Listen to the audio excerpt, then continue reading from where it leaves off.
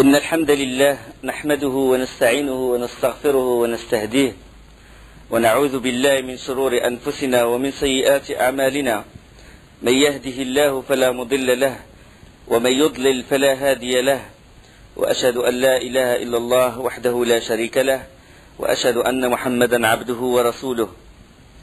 أما بعد، فإن خير الكلام كلام الله، وخير الهدي هدي محمد صلى الله عليه وسلم، وشر الأمور محدثاتها، وكل محدثة بدعة، وكل بدعة ضلالة، وكل ضلالة في النار.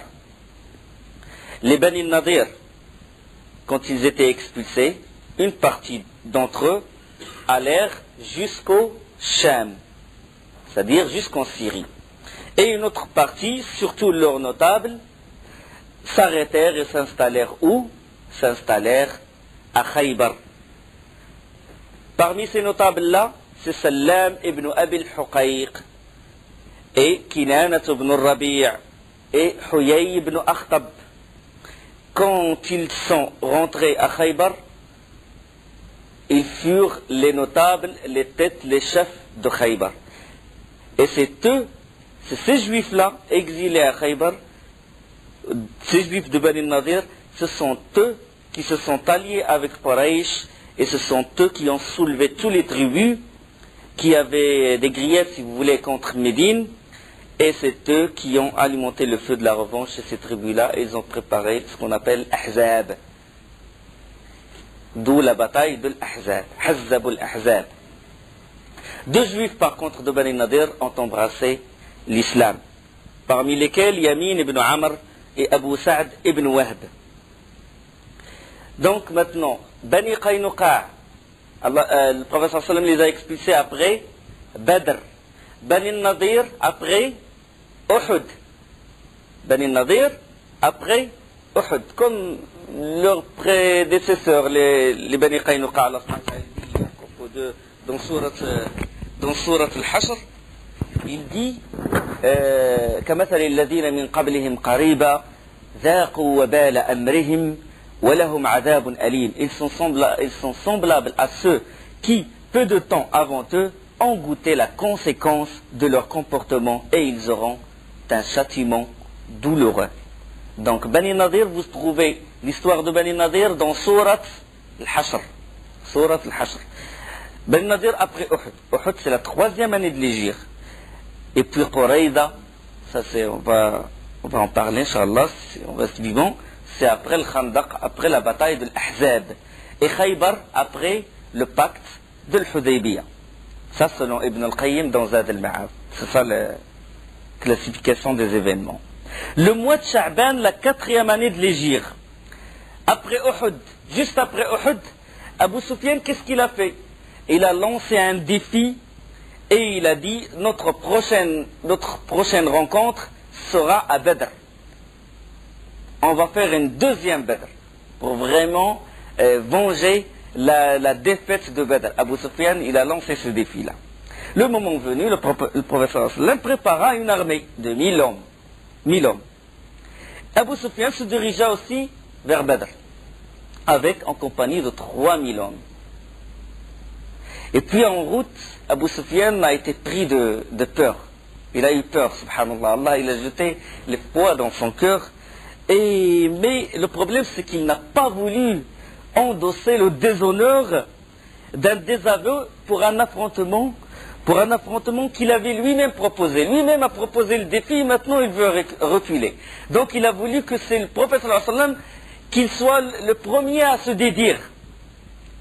Mais il a eu déjà l'information que le prophète sallallahu alayhi wa sallam a déjà quitté Médine avec 1000 hommes et se dirigeait vers Badr. Qu'est-ce qu'il doit faire? Il engagea Nu'aym ibn Mas'ud. On va parler de l'histoire de Nu'aym ibn Mas'ud et de son acte de bravoure dans la bataille de l'Ahzab. Nu'aym ibn Mas'ud était encore mécréant. Il l'envoya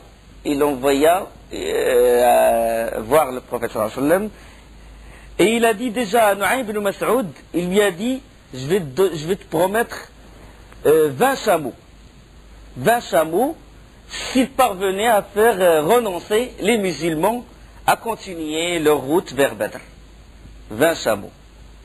Et effectivement, Nu'aym rencontra le prophète sallallahu alayhi wa sallam. Il le rencontra et il a dit que les Quraysh, ils sont bien préparés, et avec une bonne armée, avec des armes, et ils sont prêts à envahir Médine, etc. Il a voulu faire peur au prophète sallallahu alayhi wa sallam. Le prophète sallallahu alayhi wa sallam lui a dit, je les attends. Allah soutiendra sa religion. Même s'ils viennent même plus de 3000, je suis prêt à les confronter. Et cette réponse, il a coûté à Nu'aym ibn Mas'ud ses chameaux, c'est-à-dire il a perdu les chameaux. Le prophète sallallahu alayhi wa sallam, il passa quelques jours à Badr. Il attend Abu Sufyan.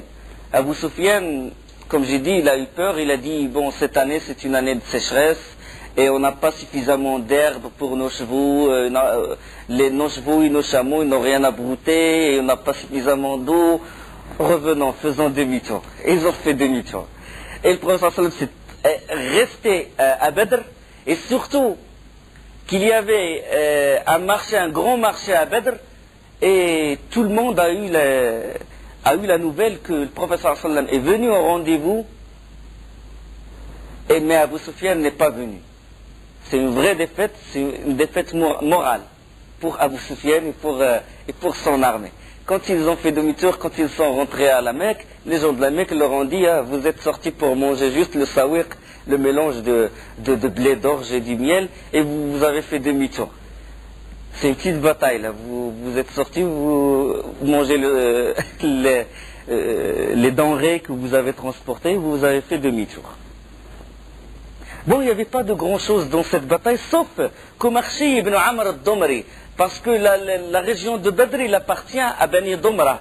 Et on sait que Marchi ibn Amr al-Domri, il a fait un pacte avec le prophète sallallahu alayhi wa sallam. Ça, c'est dans la bataille de Waddan, c'est avant Badr. Quand il a fait le pacte de réconciliation, qu'il n'y ait pas de guerre entre les deux, entre Bani Domra et le Médina.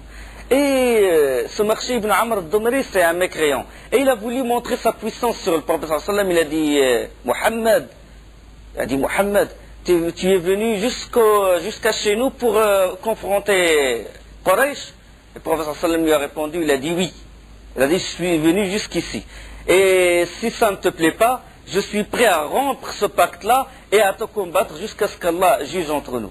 Puis il a dit, oh Mohammed, je ne suis pas venu pour te combattre, laissons ce pacte, soyons réconciliés, soyons toujours en paix. Pour montrer sa fierté, la fierté de l'islam et la puissance de l'islam. Durant cette année est mort Abu Salama, radiyallahu anhu. Il est mort à cette année, la 4e année de l'Hégire. Et le hadith rapporté par l'imam Muslim, où selon Salama, le messager d'Allah a dit, quand vous êtes auprès de la mort ou du mort, n'invoquez que du bien, car les anges disent Amin à la suite de ce que vous dites. Ne dites quand la personne est près d'un mort, il ne dit que du bien. Il ne fait que des invocations du bien, parce que les anges, ils disent Amin à cette invocation. Et il a dit aussi, quand mourut Abu Salama, je vins dire au messager d'Allah, ô messager d'Allah, Abu Salama est mort. Il dit, le prophète sallallahu alayhi wa sallam a dit, dis, Seigneur Allah, absous-moi et absous-le et compense-moi sa perte par une chose meilleure. Allahumma aghfir li wa lahu wa aqibni minhu uqban hasana. Et il ajouta, radiyallahu anha, Salama, il a dit, et effectivement, Allah me compensa par quelqu'un de meilleur que lui. Ce fut qui? Ce fut Muhammad sallallahu alayhi wa sallam. Quand il a invoqué Allah, il a dit, Allahumma aghfir li wa lahu wa aqibni minhu uqban hasana. C'est-à-dire, compense-moi sa perte par une chose meilleure. Quand il a fait cette invocation, Allah a exaucé son invocation et il a eu comme compensation le prophète sallallahu alayhi wa sallam, parce que le prophète sallallahu alayhi wa sallam s'est marié avec Salama radiyallahu anha. Il y a un autre hadith où quand on perd une personne chère, on dit Inna lillahi wa inna ilayhi raji'un, Allahumma ajurni fi musibati wa akhlufni khayran minha. nous appartenons à Allah et c'est à Allah ou c'est à lui que nous retournerons. Oh Allah, donne-moi un salaire pour mon malheur et donne-moi en compensation quelque chose de meilleur. Rapporté par Salama radiyallahu anha.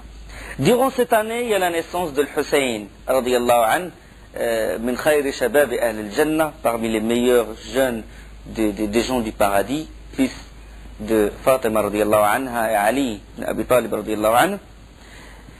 Et l'année 5 de l'Hégire, Rabi' Ier a eu lieu la bataille de Dawmat al-Jundul. Et Dawmat al-Jundul, il se trouve où? Il se trouve à la frontière de Sham, c'est-à-dire à la frontière de la Syrie, près de la Syrie, près de Rome, là où il y a les Romains, parce que les Romains sont au Sham.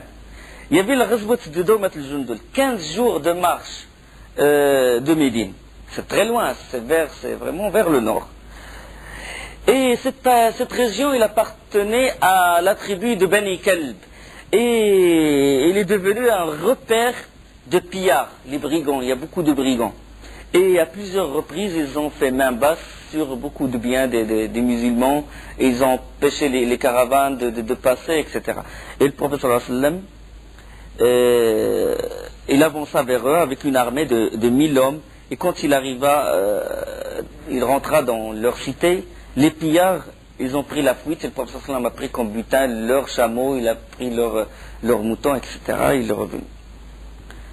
Pour que cette région soit, pour que les musulmans soient en sécurité quand ils font leur voyage, et pour vraiment aussi pour impressionner ces tribus-là, pour qu'ils ne s'allient pas avec les Quraysh, pour combattre le prophète sallallahu alayhi wa sallam. Donc la menace du nord, le prophète sallallahu alayhi wa sallam, il l'a barré.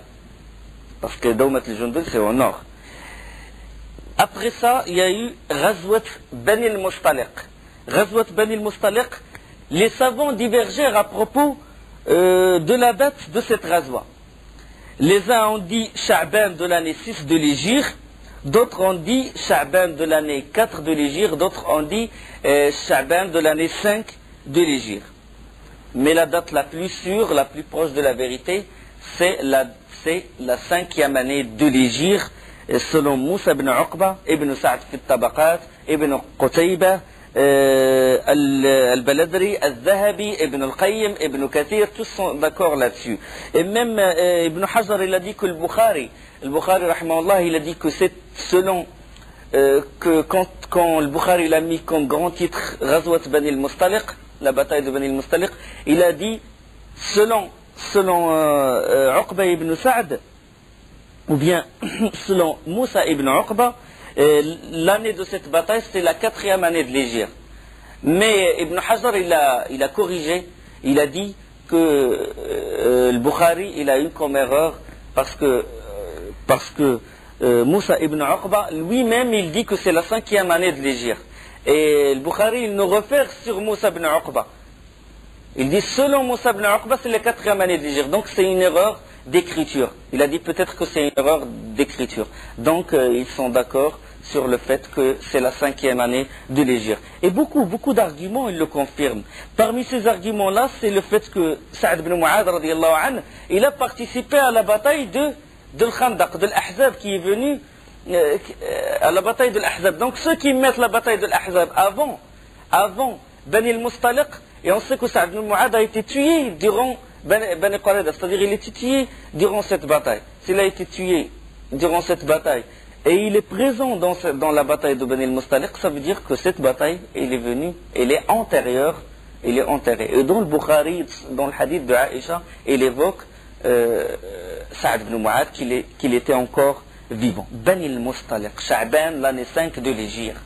Cette bataille, les historiens, ils l'appellent Ghazwat al-A'ajib, Ghazwat des merveilles. Il y a beaucoup de choses étonnantes qui sont arrivées durant cette bataille. C'est que les Bani al-Mustaliq, qui étaient un clan de Khuza'a, qui sont à l'ouest de Médine, c'est-à-dire vers la mer Rouge, ils veulent lancer une incursion sur Médine. Et pour ceci, ils commencèrent à demander des renforts et à se préparer. Ils se sont dit que les musulmans ont perdu de leur force durant la bataille de Uhud, donc c'est une occasion pour nous d'aller les combattre. La nouvelle du plan qui se tramait, elle parvint au prophète sallallahu alayhi wa sallam. Le prophète sallallahu alayhi wa sallam, toujours vigilant, toujours conscient de ce qui se passe autour de lui. Il a su qu'ils complotaient contre lui, et le prophète sallallahu alayhi wa sallam a dit, c'est nous plutôt qui vont les combattre. On ne va pas les laisser jusqu'à ce qu'ils viennent nous attaquer, c'est nous qui vont les attaquer. Il a fait ça, il a décidé ceci, le prophète sallallahu alayhi wa sallam. Pourquoi? Parce que les Bani al-Mustaliq, ils ont soutenu les Quraysh durant la bataille de Uhud, ça c'est premièrement. Deuxièmement, c'est parce qu'ils contrôlent une route très stratégique, c'est la route du littoral. C'est la route des commerçants. Donc si les musulmans ils prennent le contrôle de cette route, ce serait facile d'accéder directement à la Mecque et ce serait une voie facile pour leur commerce et même quand ils déclarent le djihad contre les tribus environnantes. Donc le contrôle de cette route était très important. Alors bien avant que les Bani al-Mustaliq ne fussent eux-mêmes prêts au départ, le prophète sallallahu alayhi wa sallam avait déjà établi son camp sur leur territoire, dans un des points d'eau qui s'appelle Al-Muraysi', le puits de Al-Muraysi', un point d'eau, des puits. Et c'est pour ça que certains historiens l'appellent aussi la bataille de Al-Muraysi', du côté d'Al-Qadid. Et Bani al-Mustaliq furent surpris par toute une armée qui vint à eux, et leur résistance n'a pas été longue. C'est-à-dire, du premier coup, leur étendard est tombé par terre, 10 des leurs ont été tués. 10 des leurs ont été tués, avec une vitesse, subhanallah. 10 des leurs parce qu'ils ont été surpris par l'armée du prophète sallallahu alayhi wa sallam. Et il n'y avait pas beaucoup de morts, comme j'ai dit, 10, Malik et son fils ont été tués par Ali. Abdurrahman ibn Auf, il a tué l'un de leurs cavaliers qui s'appelle Ahmar Uhaymir. Et parmi les musulmans, il y avait un musulman, un compagnon, il s'appelle Hisham ibn Sababa de Bani Kalb. Il fut tué par un musulman. Il fut tué involontairement. C'était une erreur. Il fut tué par un sharif du clan de Ubada ibn Samit. Il croyait qu'il faisait partie des mécréants et il l'a tué. Et le problème, c'est que Hisham ibn Sababa, il avait un frère qui s'appelle Miqyas. Et son frère Miqyas, il est mécréant. Il habite la Mecque. Et regardez ce qu'a fait ce Miqyas. Il est venu jusqu'à Médine voir le prophète sallallahu alayhi wa sallam. Il a dit, je me suis converti à l'islam et je demande qu'on me paye la rançon. Et le prophète sallallahu alayhi wa sallam lui payait la rançon de son frère. Et il passa quelques jours à Médine, et puis il assaillit l'Ansarite qui a tué son frère et le tua, et s'est enfui ensuite vers la Mecque. Subhanallah. Il a dit, il a joué l'hypocrite. Il a dit, moi je suis musulman, jusqu'à ce qu'il a tué cet homme-là, et il est revenu en se vantant, en chantant. Il a dit un poème, وَكَانَتْ هُمُومُ النَّفْسِ مِنْ قَبْلِ قَتْلِهِ تلم فتحميني وطاء المضاجع حللت به وتري وأدركت ثؤرتي وكنت إلى الأوثان أول راجع. الله العافية. وكنت إلى الأوثان أول راجع. J'ai tenu ma promesse et j'ai tiré vengeance, puis aux idoles je suis le premier à retourner. Subhanallah. Quand les ténèbres ils couvrent le cœur du kafir ajib. Donc un seul musulmans fut tué et quelques mécréants. Le reste, plus de 200 familles. 200 familles furent faites captives par l'armée musulmane. 2000 chameaux, 500 moutons, tout le butin il appartient. D'une facilité, Allah subhanahu wa ta'ala leur a facilité cette bataille. Le butin il ferait partie comme d'habitude. Et il y avait parmi les captives Jouayriya bint al-Harith. Al-Harith ibn Dirar, c'est le roi, ou c'est le chef de Bani al-Mustaliq. Jouayriya, c'est sa fille. Elle fut esclave. C'est-à-dire, elle est devenue esclave et elle est chue en partage à un des compagnons qui s'appelle Thabit ibn Qais ibn Shammas. Soit Thabit ibn Qais ibn Shammas selon des versions, ou son neveu. Et elle allait la voir, bon, c'est une longue histoire rapportée par l'imam Ahmed, hadith authentique, selon Aïcha radiallahu anha, que Jouairi est allé voir le prophète sallallahu alayhi wa sallam, il a voulu payer sa rançon pour être libéré. Il n'a pas voulu rester esclave. Et puis le prophète sallallahu alayhi wa sallam lui a dit, je paye ta rançon. Il a vu qu'il était très noble, il a vu c'est une femme pudique, etc. Il a dit, je paye ta rançon et je me marie avec toi. Et il lui a payé sa rançon et il s'est marié avec Jouairiya bint al-Harith radiallahu anha. Quand les compagnons ont eu la nouvelle que le prophète sallallahu alayhi wa sallam s'est marié avec Jouairiya, ils ont dit, les proches parents de Jouairiya sont nos esclaves. Il a dit, ça ne convient pas qu'ils soient nos esclaves. Et ils ont libéré des centaines de familles. Tous les proches parents de Jouairiya ont été libérés. Pourquoi? Ikram li Rasulullah sallallahu alayhi wa sallam, par honneur au prophète sallallahu alayhi wa sallam. Azib, subhanallah. Tout l'argent, tout ça, ils l'ont libéré par honneur au prophète sallallahu alayhi wa sallam. Et Aïcha, de même dans ce hadith, Aïcha, il dit, jamais femme à ma connaissance n'ait été pour son peuple une plus grande bénédiction que Jouairiya. N'ait été d'une plus grande baraka dans le hadith que Jouairiya. Grâce à sa conversion en islam, grâce à son mariage avec le prophète sallallahu alayhi wa sallam, beaucoup de familles ont été libérées. Et on demanda plus tard à Jouairiya, on lui a dit, comment ça se fait durant cette bataille, tu t'es converti à l'islam si facilement, etc. Il a dit, j'ai vu 3 jours avant cette bataille, j'ai vu en songe qu'une étoile est sortie de Médine et qui est montée vers le ciel et qui est tombée dans mon giron, si vous voulez. Et il a interprété l'étoile par le prophète sallallahu alayhi wa sallam. Il a été déjà touché par l'islam avant cette bataille. Bon, alors que les compagnons ils campaient dans les puits de l'Mouraïsi', une dispute éclata. Une dispute éclata à l'un des puits entre 2 hommes. L'un des deux il s'appelle Al-Jahjah, le Rifarit, qui est au service de Omar ibn Khattab, il fait partie de Quraysh. Et l'autre il s'appelle Sinan. Il s'appelle Sinan al-Juhani, allié de l'Khazraj. Et les 2 hommes, ils se disputèrent qui le premier va prendre l'eau, va boire de cette eau, et ils se disputèrent et il en vint romain. Et puis le Juhani, il appela à l'aide, il dit, Ya ma'shar al-Ansar, ô communauté des Ansar. Et puis el-Jahjah, qui est au service de Omar ibn Khattab, il dit, Ya ma'shar al-Muhajirin. Et les plus excités parmi les Ansar se réunirent autour de Juhani et les autres se réunirent autour de Jahjah. Et ils sortirent en dégainant les épées et le sang a failli couler entre l'Ansar et le Muhajirin. Et on informa le professeur sallam qui intervint aussitôt en colère. Il dit Ma balu da'wa al-jahiliya Abi da'wa al-jahiliya Abi da'wa al-jahiliya Vous appelez à l'image ou à la manière de la jahiliya alors que je suis encore parmi vous. Vous appelez à l'image de la jahiliya, cet esprit de clan, cet esprit partisan, alors que je suis encore parmi vous. Vous appelez à l'image de l'obscurantisme anti-islamique, nous les Ansar, nous les Muhajirin. Alors que, subhanallah, les Ansar c'est un terme qu'Allah subhanahu wa ta'ala les a appelés Ansar. Et les Muhajirin, c'est Allah qui les a appelés Muhajirin. Et pourtant,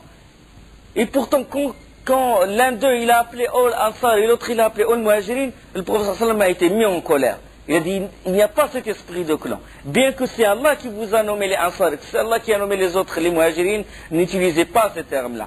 C'est à l'image de l'Jahiliya. Abandonnez cet esprit de clan. Nous les Arabes, nous les Marocains, nous les Berbères, et puis les Berbères divisés, nous les Kabyles, les Shlouh, les Rifins, et puis on va diviser jusqu'à ce qu'il ne reste rien du tout. Cet esprit de partisan, le prophète sallallahu alayhi wa sallam, il a dit Da'ouha fa innaha muntina. Abandonnez-la parce qu'elle est puante. abandonner cet esprit-là. هذه الجاهلية. On ne combat pas par esprit de partisan au patriotisme. Pour mon bled, je vais combattre. Si ce n'était pas pour la ilaha illallah, ça ne vaut rien du tout. Un berbère qui n'est pas musulman, il ne vaut rien du tout. Un arabe qui n'est pas musulman, il ne vaut rien du tout. Toute culture, toute histoire qui ne se bâtit pas sur la ilaha illallah, il ne vaut rien du tout. Tu te bandes. Nous les berbères, on a une histoire. Tu n'as pas de valeur. Tant que ton histoire, tant que ta culture ne s'est pas bâtie sur la ilaha illallah. Prends comme référence Tariq ibn Zayyad. Quand les compagnons sont rentrés au Maroc et en Algérie et tout, ils ont donné l'étendard à Tariq ibn Zayyad qui a conquis, qui a fait rentrer l'islam en Espagne. Prends cet homme-là comme référence. Pas d'esprit de clan, pas d'esprit partisan, pas de patriotisme. Ça, comme a dit le professeur sallam, da'wa al-jahiliya, appelé à l'image de l'obscurantisme anti-islamique. Da'uha fa innaha muntina. Abandonnez-la parce qu'elle a une mauvaise odeur. Et revenez à la bonne odeur de l'islam. Nous réunit la ilaha illallah Muhammadur Rasulullah. C'est ça qui nous réunit. Mais subhanallah, c'est un moment d'oubli qui est... L'atmosphère se détendit, le calme il fut revenu. Normalement, les choses en seraient restées là. Mais il se trouvait qu'un nombre d'hypocrites avaient pris part à la razwa de Bani al-Mustaliq. Hypocrites parce que les hypocrites, ils font la prière et ils font même le jihad avec le professeur sallam et tout. ولكن لو خرجوا فيكم ما زادوكم إلا خبالا ولا أوضعوا خلالكم يبغونكم الفتنة وفيكم سماعون لهم. S'ils sortent avec vous, qu'est-ce qu'ils vont créer? Les dissensions et les discordes. Et en plus, il y a parmi vous les croyants, des gens qui les écoutent. Allah subhanahu wa ta'ala, il parle de ça dans Surat Tawbah.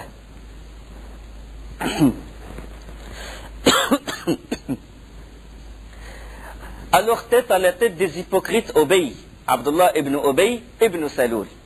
Il est connu. Lui n'était pas dans le lieu de l'incident. Mais quand le bruit de la querelle parvint à son oreille, alors qu'il se tenait à part avec un groupe d'intimes, un groupe d'hypocrites, il n'y a que des hypocrites autour de lui, sauf Zayd ibn Arqam. Radiallahu anhu. Zayd ibn Arqam, il était très jeune. Il avait 14 ans, 15 ans. Il se tenait à la bordure du cercle de ce groupe d'hypocrites. Et Abdullah ibn Ubay, il a dit une parole, il a lancé des propos odieux. Il a dit, sont-ils vraiment allés jusque-là? Là, il parle de qui? Il parle des émigrants. Il reproche aux émigrants le fait d'empêcher leurs bienfaiteurs, les auxiliaires, de boire de l'eau du puits, de se servir les premiers. C'est-à-dire, c'est nous qui sommes les bienfaiteurs. Ils sont venus jusqu'à chez nous. Puis il continue à se... Il a dit, ils veulent prendre le pas sur nous. Regarde, subhanallah, comment commence à allumer le feu. Ils veulent prendre le pas sur nous. Ils pullulent dans notre pays, au point de nous en chasser.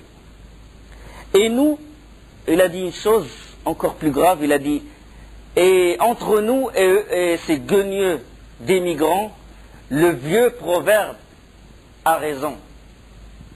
Engraisse ton chien et il finira par te dévorer. Et Zayd ibn Arqam, il écoute ce qu'il est en train de dire. Et puis, il se tourna, Abdullah ibn Ubay, la tête des hypocrites, il a ajouté, il a dit, par Allah, si lorsque nous rentrerons à Médine, le plus élevé et le plus fort chassera le plus bas et le plus faible. Il parle de le plus bas et le plus faible, il parle du Muhammad, du prophète sallallahu alayhi wa sallam. Et puis il s'adressa à son cercle, à son groupe, à son entourage, il a dit, c'est votre faute. C'est vous qui les avez rendus comme ça, c'est vous qui les avez hébergés, c'est vous qui les avez aidés.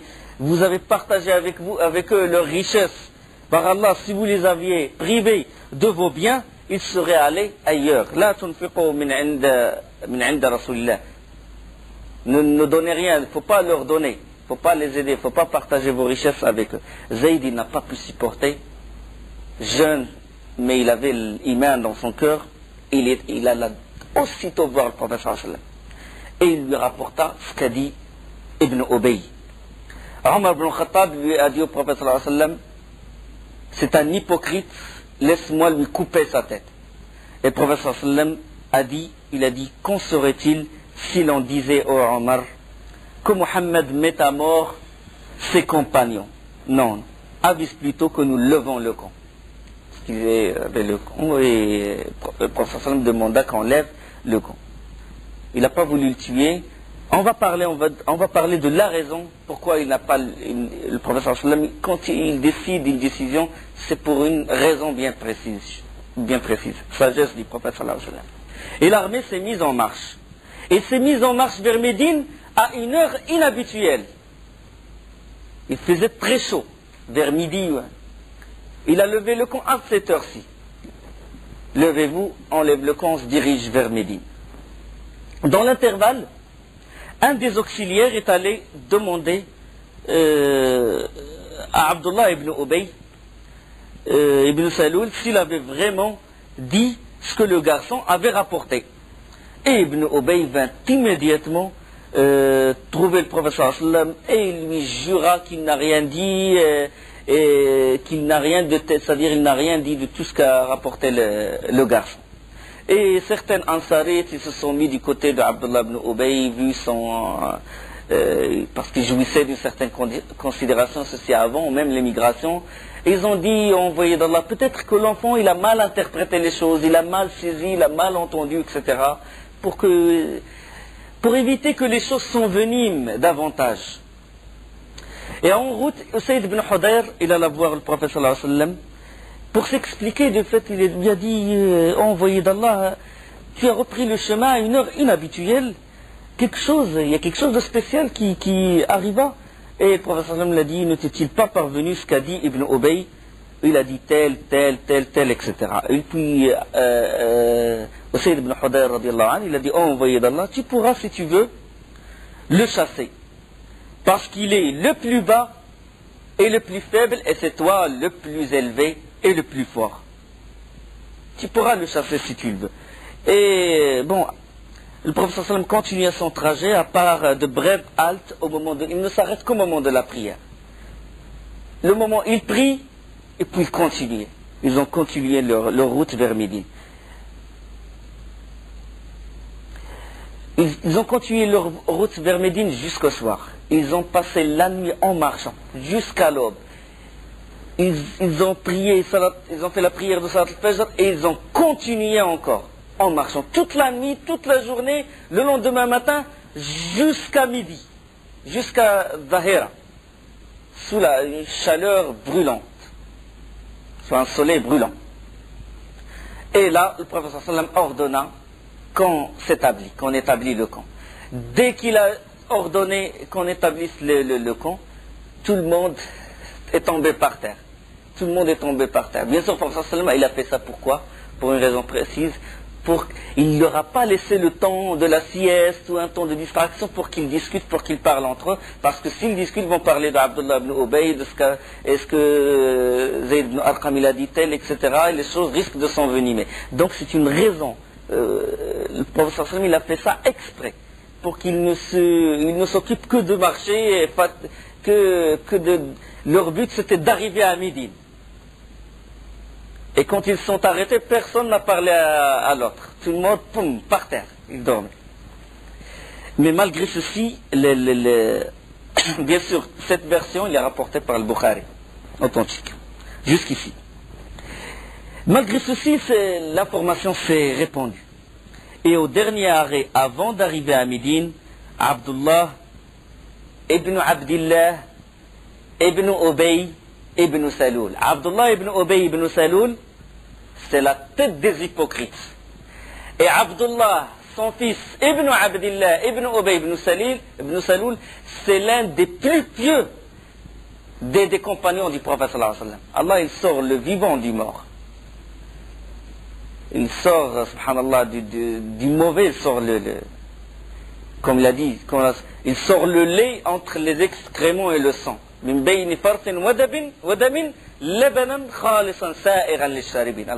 il dit dans Surat An-Nahl qu'on sort le lait entre les excréments et le sang. Il sort le lait, le bien, du mauvais, subhanallah. Deux extrêmes, tête des hypocrites et Abdullah ibn Abdillah, c'est l'un des scribes du prophète sallallahu alayhi wa sallam. C'est eux qui écrivent la révélation. Il alla voir le prophète sallallahu alayhi wa sallam. La version d'Ibn Ishaq et de l'Haytami, c'est une version, et de l'Bazzar et Ibn Kathir, c'est une version authentique. Il alla voir le prophète sallallahu alayhi wa sallam et dit, oh, envoyé d'Allah, on me dit que tu as l'intention de mettre à mort Ibn Ubay. Si tu dois le faire, ordonne-moi de l'exécuter et je t'amènerai sa tête. C'est moi qui va m'en occuper. Il a dit une chose, il a dit, les Khazraj savent bien qu'il n'y a parmi eux personne dont la bonté vers son père est plus grande que la mienne. C'est-à-dire, le plus pieux envers son père, c'est moi, parmi tous les Khazraj, de monde. Il a dit, je crains que si tu donnais à une autre ou à un autre que moi l'ordre de l'exécuter, mon âme ne supporterait pas. Mon âme ne supporterait pas de voir le tueur de mon père marcher devant moi sur cette terre. Et il a dit, il risque que je le tue. Je ne vais pas supporter le fait de le voir et je vais tuer cette personne et ayant tué un croyant, à cause d'un kafir, j'entrerai dans le feu de l'enfer. Et le prophète sallallahu alayhi wa sallam le rassura en disant, il n'en saura rien, on va le traiter avec douceur et on va tirer meilleure partie de sa compagnie tant qu'il sera parmi nous. Il a apaisé, il a dit on va le supporter malgré ceci. Parce qu'il montre qu'il est musulman devant les gens.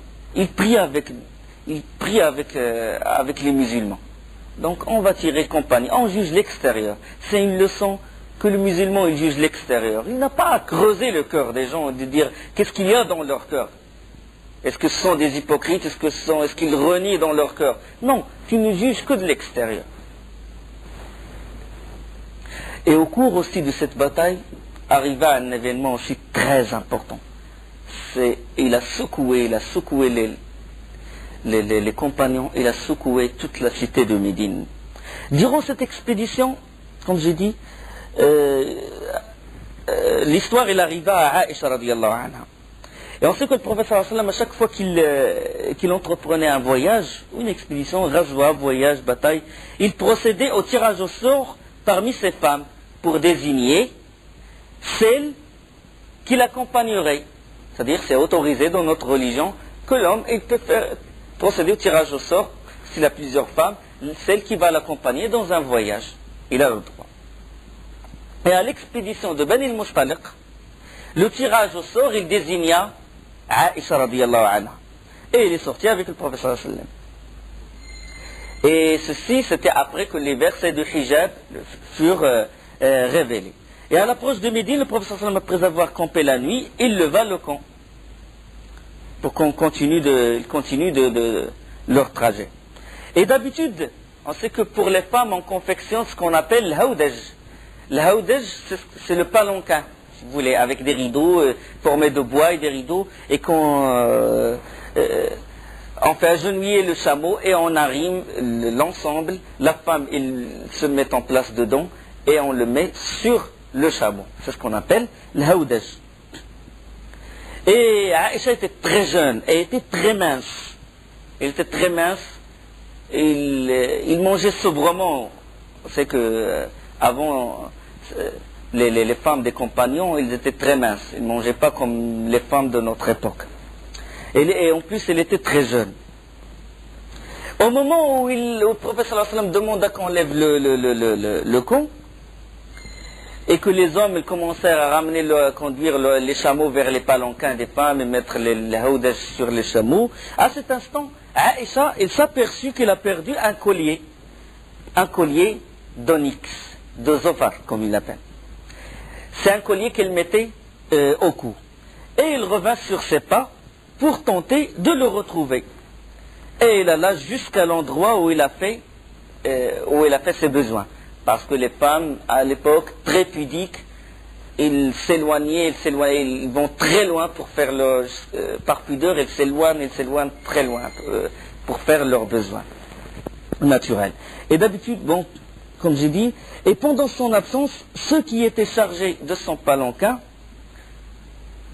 elle cherchait son aqd, elle cherchait son collier, ceux qui s'occupaient, les hommes qui s'occupaient de l'haoudaj, du palanquin, sont venus et ils ne se sont pas aperçus que Aïcha n'était pas dedans.